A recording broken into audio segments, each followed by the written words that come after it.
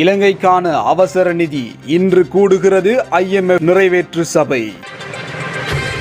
இலங்கை அரசாங்கம் விடுத்துள்ள அவசர நிதி வசதி கோரிக்கை குறித்து பரிசீலிப்பதற்காக சர்வதேச நாணய நிதியத்தின் நிறைவேற்று சபை இன்று கூட உள்ளது. இதன்போது குறித்த நிதி வசதியை வழங்குவது தொடர்பில் இறுதி இணக்கப்பாட்டை எட்ட தீர்மானிக்கப்பட்டுள்ளதாக தெரிவிக்கப்படுகிறது. டிட்வா புயலினால் ஏற்பட்ட அழிவுகளின் பின்னரான சவால்களை எதிர்கொள்வதற்காக 200 மில்லியன் அமெரிக்க டாலர் அவசர நிதி வசதியை வழங்குமாறு இலங்கை அரசாங்கம் சர்வதேச நாணய நிதியத்திடம் கோரிக்கை விடுத்திருந்தது. அதன்படி தற்போது சர்வதேச நாணய நிதியத்தினால் இலங்கைக்கு வழங்கப்பட்டு வரும் விரிவுபடுத்தப்பட்ட நிதி வசதிக்கு மேலதிகமாக இந்த அவசர நிதி வசதி வழங்கப்பட உள்ளதாக குறிப்பிடப்படுகிறது.